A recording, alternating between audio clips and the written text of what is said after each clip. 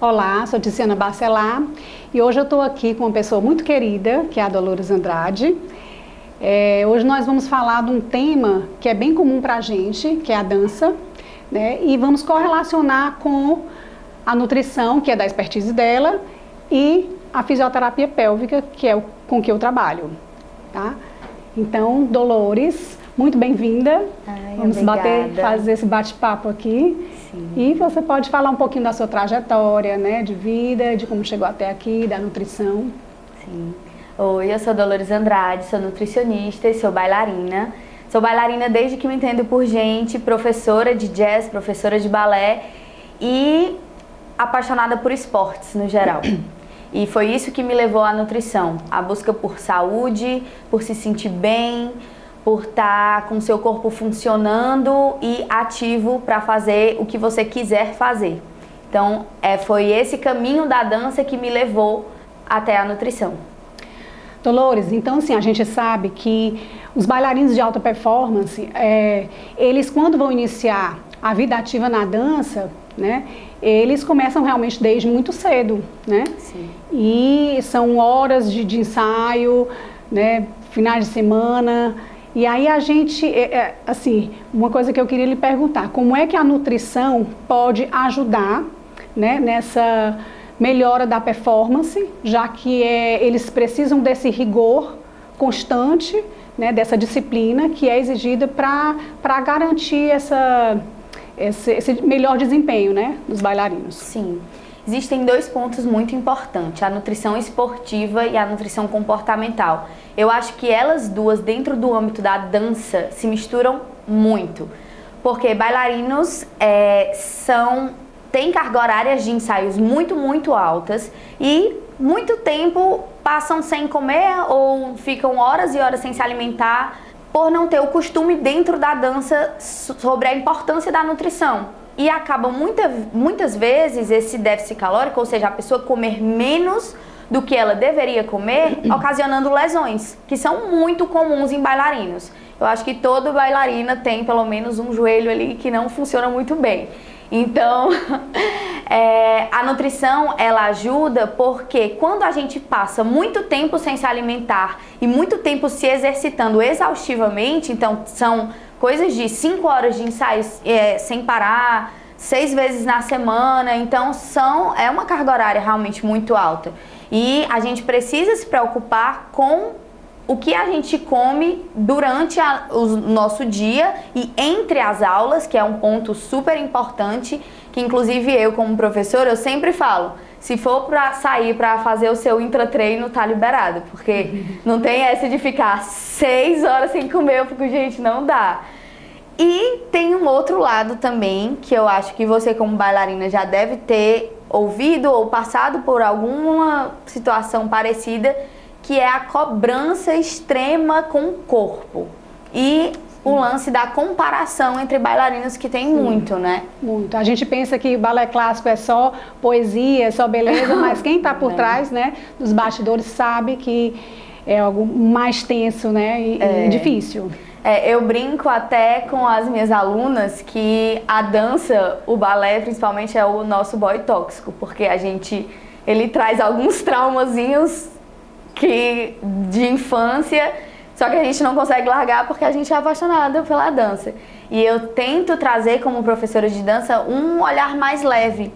E por entrar na nutrição e conhecer sobre o que essa comparação com o corpo pode trazer de negativo para a bailarina, como um comer transtornado, um transtorno alimentar, que é um grupo de risco, tá? Ali que você precisa ter uma atenção muito grande. Então, a comparação do corpo, a sala ter espelho, então você ficar em contato com sua imagem o tempo inteiro, você ir para competições e ser julgada não só pela sua arte, pela sua técnica, mas também pelo seu corpo, é algo que pesa muito e eu acho que a nutrição consegue ajudar muito na dança, porque traz essa visão do comportamento, de como você se relaciona com a comida, entender que bailarina não precisa ficar sem comer, que o ficar sem comer traz lesão, traz cansaço, traz fadiga, piora a performance, Você não precisa ficar sem comer e você precisa comer a quantidade certa de alimento que vá lhe satisfazer, que vá honrar sua fome, honrar sua saciedade, honrar também suas vontades, né?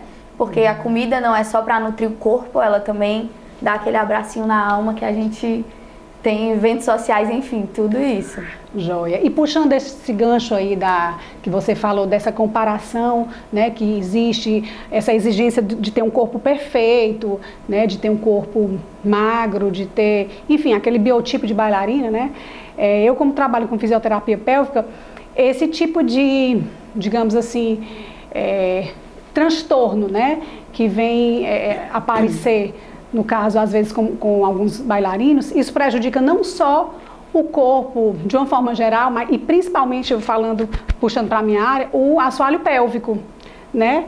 Que sofre com isso aí. Porque, primeiro que mulheres que são desnutridas, né? Ou que têm uma restrição alimentar muito grande, vai diminuir essa massa magra, não é isso? Sim. Diminui, e o assoalho pélvico também sofre com isso, porque é musculatura, né? Então, dificulta essa continência urinária. Uma outra coisa também, o ciclo menstrual, que às vezes é afetado, ele é interrompido com mulheres que têm baixo peso, né? E isso aí afeta os níveis hormonais, prejudicando a saúde do assoalho pélvico, né? Uma outra coisa também é um comportamento compulsivo, né? Que às vezes acontece com algum desses transtornos alimentares, e o que acontece? Prejudica o assoalho pélvico por conta da frequência, né, e da pressão que é exercida. Então, falando um pouco sobre esses momentos de compulsão alimentar, que na verdade às vezes não chegam a ser caracterizados como transtorno alimentar, mas um exagero alimentar, vamos falar assim. Ele sempre vem de um ciclo de restrição alimentar e exagero alimentar. Então você se restringe por muito tempo, não sustenta essa restrição por questões fisiológicas, o seu corpo precisa de comida e aí você vai para um episódio de exagero alimentar, gera uma culpa, gera um sentimento de culpa realmente e volta para esse episódio de restrição alimentar. E fica num ciclo eterno de cobrança com o seu corpo, não tô gostando do meu corpo de certa forma, pela comparação que tem muito na dança, e aí você se restringe para atingir o corpo que você quer, sendo essa que não é a melhor forma de você fazer isso. Toda restrição gera um episódio de exagero alimentar, e todo exagero alimentar vem trazendo uma culpa, e toda culpa gera uma restrição, e aí fica nesse ciclo que é muito difícil você sair dessa roda que você se coloca de uma certa forma. E aí é aí onde a nutrição, a terapia nutricional, ela ajuda para você entender por que você come o que você come.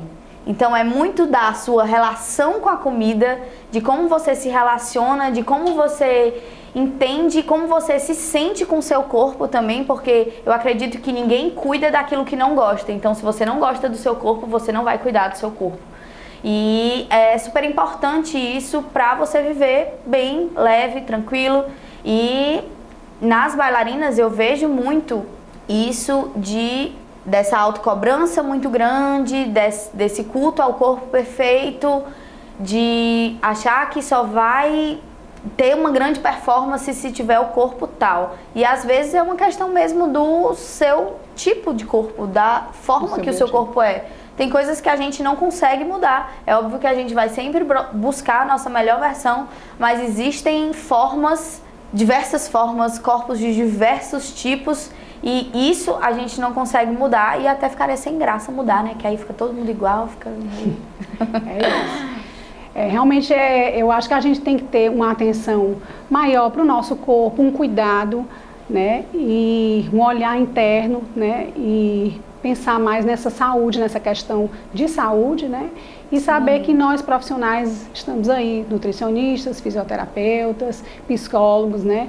Que são importantes para dar todo esse suporte, né? E trabalhar de uma forma conjunta. Exatamente, cada vez mais nesses casos é super importante o atendimento multidisciplinar, porque cada profissional contribui de uma certa forma para ajudar a saúde daquela pessoa, daquela mulher que precisa de uma ajuda mesmo. E aí, assim, é interessante você entender que precisa da ajuda, buscar ajuda com os profissionais e não sair fazendo o que a gente vê muito, dietas malucas e fazendo de qualquer forma, não tratando na prevenção, que entra muito a parte da fisioterapia também. E é isso. E é importantíssimo. A prevenção é importante porque realmente as pessoas procuram sempre quando estão numa situação crítica, né? Sim. Mas prevenir é fundamental, porque imagina só, hoje em dia se vê muita gente jovem que tem problemas de incontinência, né? E deixam passar, né, achando que é coisa pouca, mas elas não sabem que realmente é algo que só tem a agravar, né? Então a prevenção realmente hoje é muito importante e é o que a gente tem falado e buscado muito isso aí. Então eu queria salientar a importância do fortalecimento da musculatura do assoalho pélvico para os bailarinos, porque eles exercem atividades de alto impacto, né? E além disso, essa musculatura do assoalho pélvico deve ser fortalecida porque beneficia a estabilidade corporal, o controle muscular, a mecânica da respiração também fica beneficiada, tá? Então, por tudo isso aí é importante. Eu queria agradecer a presença da Dolores aqui, obrigada. Uma presença valiosa, né? Eu que agradeço, foi um prazer fazer parte desse podcast. Espero que tenhamos outras rodas de conversa para debater esse tema tão importante. E é isso.